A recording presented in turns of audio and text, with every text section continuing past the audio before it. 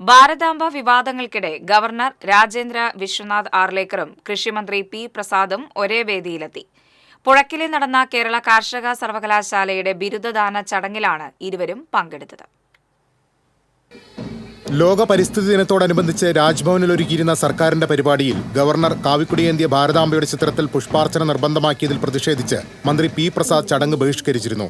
ഈ വിവാദത്തിന് ശേഷമാണ് പുഴയ്ക്കലിലെ ആഡംബര ഹോട്ടലിൽ നടന്ന കേരള കാർഷിക സർവകലാശാലയുടെ ബിരുദദാന ചടങ്ങിൽ ഇരുവരും ഒരുമിച്ച് പങ്കെടുത്തത്. ഇരുവരും സൗഹൃദ സംഭാഷണം നടത്തുകയും ചെയ്തു.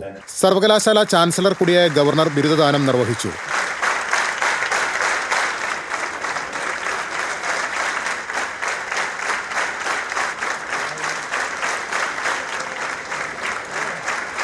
വിദ്യാർത്ഥികൾ തൊഴിൽ അന്വേഷകരാകരുതെന്നും മറിച്ച് തൊഴിൽ ദാതാക്കളാകാൻ ശ്രമിക്കണമെന്നും ഗവർണർ പറഞ്ഞു.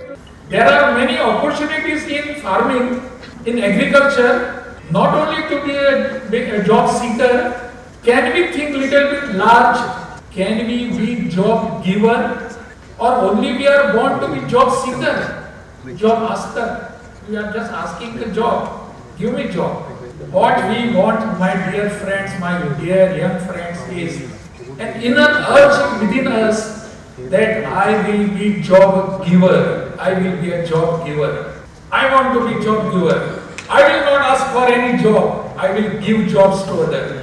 നല്ല മന്ത്രിയാണ് പ്രിയ സുഹൃത്തായ പ്രസാദ് എന്ന് പറഞ്ഞ ഗവർണർ മറ്റ് പരിപാടികളിൽ പങ്കെടുക്കാതെ ബിരുദദാന ചടങ്ങിൽ പങ്കെടുത്ത മന്ത്രിയെ പുകഴ്ത്തുകയും ചെയ്തു. കൃഷിമന്ത്രി പി പ്രസാദ് അധ്യക്ഷത വഹിച്ചു. കർഷകരുടെ വരുമാനം ഇരട്ടിയാക്കാനാണ് സർക്കാരിന്റെ ശ്രമമെന്ന് മന്ത്രി പറഞ്ഞു. കാർഷിക സർവകലാശാല vice chancellor doctor B Ashok, registrar Zakir Hussain, dean Roy Stephen തുടങ്ങിയവർ സംസാരിച്ചു.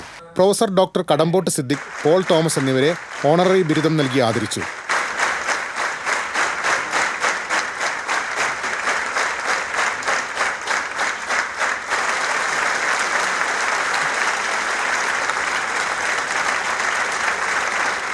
TCV തൃശൂർ.